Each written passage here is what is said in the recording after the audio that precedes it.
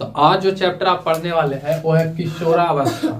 किशोरावस्था को समझने से पहले हम लोग ये समझते हैं कि मनुष्य जन्म लेता है ना, तो जन्म से मरण तक, यानी जन्म लेने से मरने तक जो एज होती है उस एज को 4 ग्रुप में बांट दिया गया है।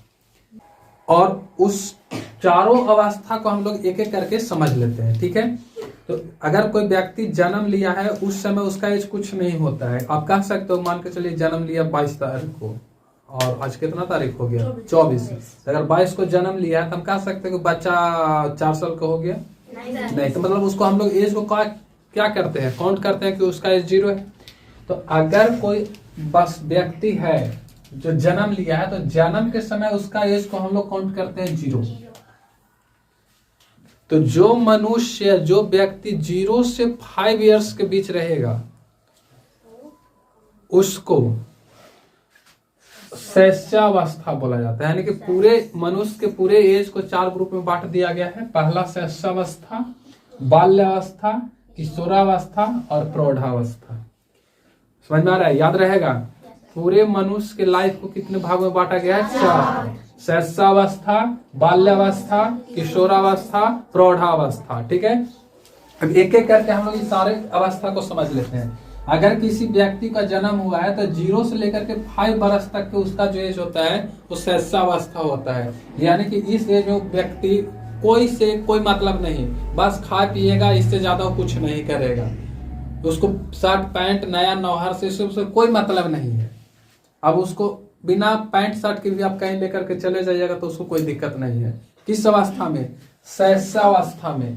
पैंट में ही लैट्रिन कर देगा, कोई दिक्कत नहीं, उसको इस सबसे कोई मतलब नहीं है। तो अगर 0 से 5 साल के बच्चा है तो किस अवस्था में है? शैशवावस्था में। लेकिन अगर कोई बच्चा 5 साल से यानी कि 5 साल से लेकर के 11 वर्ष तक के है तो उस अवस्था को हम लोग बाल्यावस्था कहते हैं। 5 साल से 11 साल के एज वाले व्यक्ति को क्या बोलते हैं? बाल्यावस्था। समझ में आ रहा बात? समझिए इस चीज को। जो व्यक्ति 7वां 6ठा वाला होगा वो इसमें हो सकता है बाल्यावस्था में, लेकिन जो 8वां क्लास वाला होगा वो बाल्यावस्था में नहीं होगा। अब देखिए इसका रीजन क्या होता है कि बाल अवस्था में देखिएगा ना, तो बाल अवस्था जो एज होती है वो कितना से?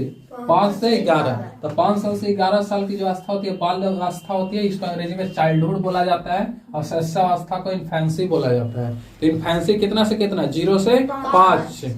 बाल्यावस्था 5 से 11, 5 से 11। उसके बाद वाली जो अवस्था होती है वो होता है किशोरावस्था, या इसको हम लोग संक्रमण काल भी बोलते हैं। किशोरावस्था को संक्रमण काल भी बोला जाता है, या तो फिर इस किशोरावस्था को टीनेजर भी बोला जाता है। याद रखिएगा किशोरावस्था का दूसरा नाम है, मतलब कि बाल्यावस्था और बाल्यावस्था प्रौढ़ावस्था के बीच को हम लोग क्या बोलते हैं? किशोरावस्था। और किशोरावस्था को ही क्या बोला जाता है? संक्रमण काल। संक्रमण काल। और इसकी जो एज होती है, पीरियड्स होती है, वो आपका 11 से लेकर करके 12 से लेकर करके 19 साल तक। जो व्यक्ति 12 साल से 19 साल के बीच में है वो अभी किस अवस्था में होगी? किशोरावस्था। यानी कि उसका जो काल चल रहा होगा, कौन सा काल? संक्रमण काल। कौन सी काल? संक्रमण काल चल रही होगी। और अगर कोई व्यक्ति 19 से पार वाला है, जैसे अभी हम प्रौढ़ावस्था है। प्रौढ़ावस्था ने बूढ़ा वाला अवस्था, प्रौढ़ावस्था ने बूढ़ा वाला अवस्था, क्योंकि इसके बाद कोई और अवस्था नहीं होती है। इसके बाद और कोई अवस्था नहीं हो गया। तो याद रखिएगा अवस्था कितनी होती है? 4। शैशवावस्था, बाल्यावस्था, किशोरावस्था, प्रौढ़ावस्था। शैशवावस्था 0 से 5 साल, बाल्यावस्था 5 से 11 साल, किशोरावस्था 12 से 19 साल और प्रौढ़ावस्था 19 से प्लस। जहिना तक जी जाइए आप, 100 साल भी जिएगा तो प्रौढ़ावस्था। अगर 21 साल में भी अगर डेट कर जाता है कोई व्यक्ति तो प्रौढ़ावस्था होगी, ठीक है। तब जितना जी सकते हो सबके सब क्या हो जाएगा? प्रौढ़ावस्था। और इन सब अवस्था में सबसे स्टार अवस्था है वह किशोरावस्था, जिस अवस्था में अभी आप लोग पहुंचे हो। इसी अवस्था को देखिए हेडिंग बनाया हुआ है, चैप्टर का नाम है किशोरावस्था। और आज इसी अवस्था को हम लोग पूरी तरह से पढ़ेंगे, यानी संक्रमण काल को बारे में आज पढ़ेंगे। देखिए सबसे पहले ये हम लोग जानते हैं कि संक्रमण काल यानी किशोरावस्था में परिवर्तन होता क्या क्या चीज है। समझ में आ रही बात। जैसे संक्रमण किशोरावस्था क्या, किस अवस्था को कहते हैं तो पता चल गया कि 12 से लेकर के 19 साल के एज वाले अवस्था को किशोरावस्था कहते हैं। अब इस अवस्था में होता क्या क्या चीज है उसके बारे में समझते हैं। तो सबसे पहले समझते हैं कि किशोरावस्था में परिवर्तन क्या क्या चीजें होती है। ठीक है, जैसे देखिए कोई खास परिवर्तन बाल्यावस्था तक नहीं होता है। बाल्यावस्था तक कोई खास परिवर्तन नहीं होता, होता है थोड़ा थोड़ा, लेकिन कोई खास परिवर्तन नहीं होता। लेकिन जैसे ही आप किशोरावस्था में जाइएगा तो आपके अंदर बहुत भयंकर परिवर्तन होगा, बहुत ज्यादा परिवर्तन होगा। किशोरावस्था में अगर मान के चलिए कि आप 10-12 साल के एज में हैं या 14 साल के एज में आपके मामा जी देखे हैं आपको, और जैसे ही आप 2 साल 3 साल के हो जाइएगा, मतलब 14 से 3 साल आप बढ़ोगे तो 17 साल, तो 18वां साल जैसे ही आपके मामा जी आपको देखेंगे तो आपको पहचान नहीं पाएंगे। इतना भयंकर उसमें परिवर्तन होता है बहुत। और वो परिवर्तन क्या क्या है उसको हम लोग समझते हैं। तो देखिए सबसे पहला परिवर्तन इसमें क्या होता है, लंबाई। जितना आपको बढ़ना होगा, मैक्सिमम हाइट प्राप्त करना होगा, आप इसी अवस्था में प्राप्त कीजिएगा। इसके बाद वाली अवस्था में आप बढ़िएगा नहीं। जैसे अगर हम सोचे कि मेरी हाइट थोड़ा और बढ़ जाए तो अब हमारी हाइट नहीं बढ़ने वाली है। मतलब कि शर्ट पैंट लेकर के रख देंगे 4 साल भी ना तो कोई दिक्कत नहीं है, आराम से उसको पहन लेंगे, हमको कोई दिक्कत नहीं होगा। लेकिन अभी वाला एज में अगर आप लोग रख देते हैं लेकर के तो वो 2 साल के बाद छोटा हो जाएगा, एकदम फुल पैंट से यहाँ बन जाएगा, हाफ पैंट बन जाएगा, भयंकर छोटा हो जाएगा। इसलिए हो जाएगा ना कि इस अवस्था में क्या होता है, आपका लंबाई में बहुत ज्यादा वृद्धि हो जाता है किशोरावस्था में। दूसरी बात, शारीरिक बनावट भी चेंज हो जाती है। शारीरिक बनावट चेंज होने का मतलब कि अगर आपका लंबाई में परिवर्तन हो रहा है तो जाहिर सी बात है मोटा पतला होंगे आप, बहुत ज्यादा हो जाएंगे। ये गुण सबसे ज्यादा लड़कियों में होते हैं, मोटराने का, पतराने का। समझ में आ रहा है, ये सबसे ज्यादा किस में होता है, लड़कियों में। लड़का कोई खास मोटा या पतला नहीं होगा, लेकिन लड़की भयंकर मोटा हो जाएगी या तो भयंकर पतला भी हो जाएगी। इन लोग में गुण होता है ऐसा इसलिए होता है। जब हम जनन अवस्था पढ़ाएंगे ना तो उसमें हम आपको अच्छी तरह से बताएंगे। तो दूसरा क्या होता है, शारीरिक बनावट होती है। शारीरिक बनावट होने का मेन कारण क्या होता है, किशोरावस्था, कि उसका लंबाई में परिवर्तन होगा, कुछ मोटाएगा भी या कुछ पतरा भी हो जाएगा। लड़का तो अधिकतर किशोरावस्था पतरा ही जाता है, अगर मोटा रहेगा। अगर मम्मी सुबह से खिया के बाल्यावस्था और शैशवावस्था पूरा खिया के मोटाइले रहेंगे, लेकिन जैसे ही किशोरावस्था में आएगा तो गधा मोटाइया जो है ना खत्म हो जाता है, पतला हो जाएगा। यानी कि इसके शरीर में क्या हो जाएगा, परिवर्तन हो जाएगा, शरीर की बनावट में परिवर्तन होगा। दूसरी बात, स्वर में भी इसका परिवर्तन हो जाएगा। अब हमारे स्वर में कोई खास परिवर्तन होने वाला नहीं है, जो आवाज मेरा अभी है लगभग सब दिन यही रह जाएगा। लेकिन जो किशोरावस्था में होता है लड़का या लड़की, एक पर लागू नहीं हो रहा है, दोनों के लिए हम बता रहे हैं। तो अगर कोई लड़का है तो ओकर सर जो आवाज है वो भारी हो जाएगा। जैसे बचपन में जैसे बोलेगा ना वैसा आवाज उसका किशोरावस्था में नहीं रहेगा, उसका परिवर्तन होते रहेगा। लेकिन जो लड़की रहेगा जो बचपन में बोलेगी यानी शैशवावस्था या बाल्यावस्था में बोलेगी, उसका आवाज में भी क्या हो जाएगा, चेंज हो जाएगा। यानी कि लड़कियां बचपन में बोलेगी तो थोड़ा सा बहुत दूर भद्दा टाइप का लगेगा। भद्दा कहने का मतलब समझ में आ रहा है, मतलब कि उसका आवाज थोड़ा सा कड़वा टाइप का होगा। लेकिन जैसे वो टीनेजर में घुसेगी ना तो उसका आवाज एकदम सुरीली हो जाएगा, एकदम मिठाई निगुद हो जाएगा। समझ में आ रहा बात।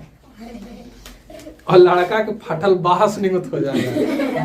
अरे लड़का का आवाज क्या हो जाता है, भरभरा हो जाता है। उसका मेन कारण होता है, जब हम ध्वनि चैप्टर पढ़ाएंगे उसमें बताएंगे, इसमें एक जगह होता है स्वर तंत्र में क्या हो जाता है, परिवर्तन हो जाता है। उठल दिख रहा होगा, तयाम वगैरह में उसका क्या हो जाता है, तारत वगैरह उसका थोड़ा सा परिवर्तित हो जाता है। लेकिन लड़की में देखिएगा तो क्या होता है, लड़का के उल्टा। यानी जो लड़का का आवाज पहले सुरीला था वो अब क्या हो जाएगा, भद्दा हो जाएगा, यानी कि मोटा हो जाएगा। और जो लड़की की आवाज पहले मोटा था वो क्या हो जाएगा, धीरे धीरे पतला हो जाएगा। तो इसीलिए ज्यादातर लड़कियां बोलेगी ना तो सुनने में आपको अच्छा लगेगा, इसीलिए वो सब बात बोल बोल के फुसला लेती है लड़कों को। और लड़का के बात गधा के भद्दा लगेगा तो भड़क जाती है। हमारे बात तो इस सवार में क्या हो जाएगा, परिवर्तन हो जाएगा। किस अवस्था में, किशोरावस्था में। दूसरी बात है, स्वेद एवं तैल ग्रंथियां बाहर आ जाएगी। अगर बचपन में देखिएगा 10 साल तक नीचे बच्चा है तो कितनों कुछ कर देगा तो अगर फेस पर ऐसा करेगा तो पसीना ऐसा नहीं रहेगा। लेकिन जैसे ही 12 साल से बाद जाइएगा तो उसके मुंह पर या श्वेत तैल ग्रंथियां सक्रिय हो जाएगा, मुहासा वगैरह आने लगता है, एक्ने, कील। एकने वगैरह आना लगता है किस अवस्था में, किशोरावस्था में। और उसके स्वेद और तैल ग्रंथियां क्या हो जाती है, एक्टिव हो जाती है। तो अभी आप लोग जो है ना, अभी आप लोग कितनों कुछ लगाइएगा ना, मान के चलो तेल भी चपोत लोगे ना पूरा मुंह में, तो जे तेल आप लगा करके घरे से गए हो वो उतना ही रह जाएगा। लेकिन अगर कोई टीनेजर वाला अवस्था में है, टीनेजर वाला जैसे 8 क्लास वाली, तो ये सब कितनों मेकअप पोत के जाएगी ना, तो 2 से 3 घंटा में होकर फिर से वही हालत हो जाएगा। मतलब कि ऐसे मतलब चिपचिपा ऐसा हो जाएगा, उसका स्किन ड्राई नहीं रहेगा। तो उसका मेन रीजन क्या होता है, स्वेद और तैल ग्रंथियां। 2-3 घंटा रह सकता है, लेकिन इससे ज्यादा नहीं टिक सकता है। समझ में आ रहा है क्यों नहीं टिक सकता है? इसके पीछे लॉजिक समझ में आ रहा है? क्योंकि उसके अंदर में क्या एक्टिव हो चुका है, स्वेद और तैल ग्रंथियां। ये मनुष्य में पाए जाते हैं। इसी चीज को अगर आप पक्षी में देखिएगा ना, तो उसमें नहीं होता है, पक्षी में नहीं होता है, स्वेद और तैल ग्रंथियां उसमें नहीं होती। दूसरी बात कि इसी के अंतर्गत आपका क्या होता है, जननांग का विकास हो जाता है। जननांग, देखिए जननांग क्या होता है, तो शुरुआती दौर में देखिए जननांग समझने से पहले हम 2 चीज आपको समझाते हैं कि किसी भी मनुष्य का 2 लक्षण होता है, ठीक है। एक को बोलते हैं प्राथमिक लक्षण, प्राथमिक लक्षण, ठीक, और दूसरा को बोलते हैं गौण लक्षण, द्वितीयक लक्षण, द्वितीयक लक्षण, ठीक है, द्वितीयक लक्षण। तो पहले समझ लेते हैं प्राथमिक लक्षण क्या होता है। देखिए प्राथमिक लक्षण उसको कहते हैं जो लड़का और लड़की दोनों में कॉमन हो, दोनों में कॉमन हो। जैसे हाथ हमारे पास भी है, आपके पास भी है, नहीं है, नाक, मुंह, कान, ये सब क्या है, प्राथमिक लक्षण है। तो प्राथमिक लक्षण क्या होता है कि जन्म से ही दोनों में रहता है, ठीक है, तो उससे हम लोग प्राथमिक लक्षण कहते हैं। लेकिन द्वितीयक लक्षण उसको कहते हैं जो लक्षण लड़कों में होता है बट लड़कियों में नहीं होता है, होगा नहीं होगा, तो उससे हम लोग द्वितीयक लक्षण कहते हैं। द्वितीयक लक्षण में याद रखिएगा कि वे लक्षण आता है जो लड़का और लड़की होने का पहचान बताता है। समझ में आ रही बात? लड़का या लड़की होने का पहचान किससे होता है, जनन अंग से होता है। यानी कि उसके पास टेस्टिस है या नहीं है, उसके पास अंडाशय है या नहीं है, इससे पहचान होता है किसका, लड़का और लड़की का। तो ये वाला जो चीजें होती है इसी को हम लोग बोलते हैं द्वितीयक लक्षण, ठीक है।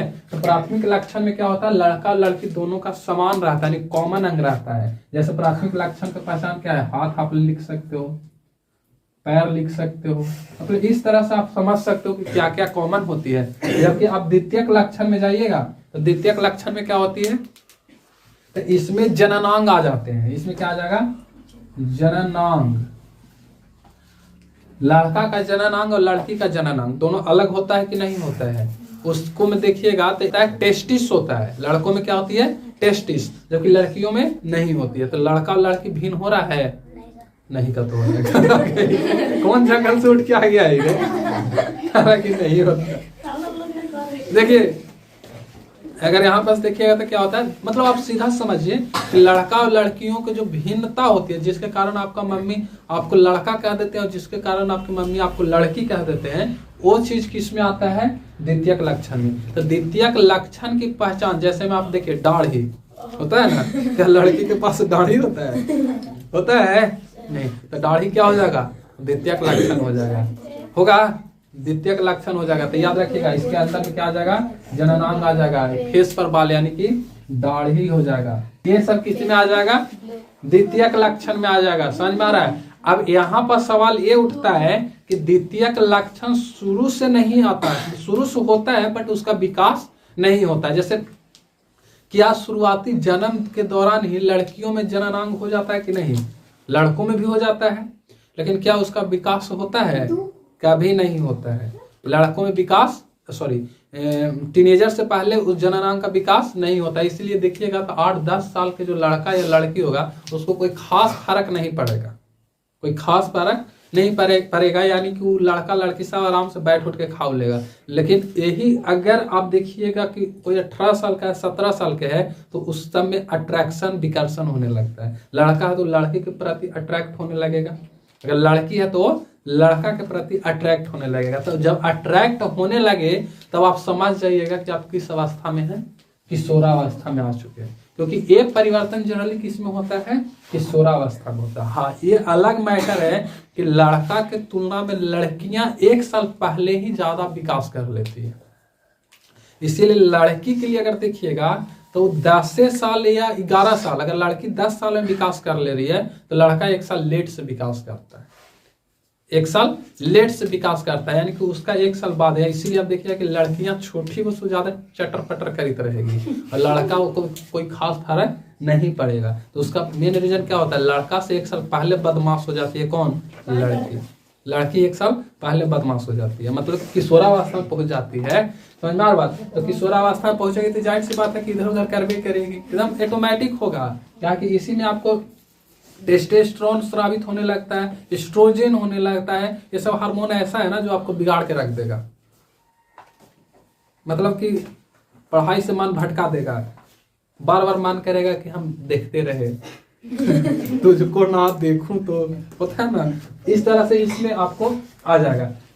दूसरा क्या होता है कि सबसे बड़ी इसकी खराबी भी है तो सबसे बड़ी इसका क्या है, फायदा भी है। फायदा ये है कि जैसे आप किशोरावस्था में जाएगा ना तो आपके अंदर में संवेदनात्मक क्षमता विकसित हो जाएगा, मतलब कि आप सोचने की गुण आप में विकसित हो जाएगा, यानी कि क्या अच्छा है क्या खराब है ये आप सोच सकते हैं। किस अवस्था में, किशोरावस्था में। इसीलिए देखिएगा कि जो चुनाव होता है, तो चुनाव में वोट डालने का अधिकार ओकरे होता है जो 18 साल से ऊपर होता है। ये बात जानते हो कि नहीं। तो 18 साल काहे लिए रखा है, क्योंकि किशोरावस्था को पार कर जाए, ओकरा में सोचने की क्षमता आ जाए। संवेदनात्मक विकास समझ में आ रहा है। संवेदनात्मक विकास का मतलब क्या होता है, सोचने की क्षमता आप में क्या हो जाती है, विकसित हो जाती है। इसीलिए सरकार भी आपका एज क्या कर दिया, 18 साल का कर दिया है। इससे पहले आप वोटिंग कर ही नहीं सकते, क्योंकि आप वोटिंग नहीं कर सकते इसलिए कि अगर 18 साल से पहले करेगा तो आप में तो सोच विकसित हो ही रहा है, तो आप किसी किसी को वोट दे दीजिएगा, देना रहेगा किसी पर और दे दीजिएगा किसी पर, तो वो आपको समझ नहीं रहता, इसीलिए वोटिंग लिस्ट में आपको मेंशन नहीं किया जाता है। तो ये वाला जो अवस्था है ना, बहुत अनोखा अवस्था है, बहुत सारा परिवर्तन होता है, बहुत जो भी परिवर्तन होगा मुख्य रूप से एकरे में हो जाता है। बाकी प्रौढ़ावस्था में तो बस इंतजार कीजिए कि कब हम जाएं सुल्तानपुर इमराज की यहाँ, क्योंकि मृत्यु किसमें होती है, प्रौढ़ावस्था में। तो इसके बाद वाली जो अवस्था होती है प्रौढ़ावस्था। इसीलिए अगर आप लोग शर्ट पैंट लेकर के रख ले होगी कि 2 साल के बाद पहनेंगे, बाबू छोट हो जाएगा, बता रहे हैं। इसीलिए आप उसको यूज ही कर लीजिएगा, समझे, उसको यूज ही कर लीजिएगा। हम लोग लेकर रख देंगे तो कोई दिक्कत नहीं है, लेकिन आप लोग नहीं सोचिएगा। अगर कल लिए है ना, परसों से उसका स्टार्ट कर दीजिए पहनना। ये ना कि मामू की शादी होती 2 साल बाद तो पहन के जाए, पता चलेगा कि यहाँ आ गया, ये दूसरा ले पड़ेगा। इसीलिए ये सब इस एज में खास करके नहीं रखना है, समझ में आ रही बात, इस एज में नहीं रखना है।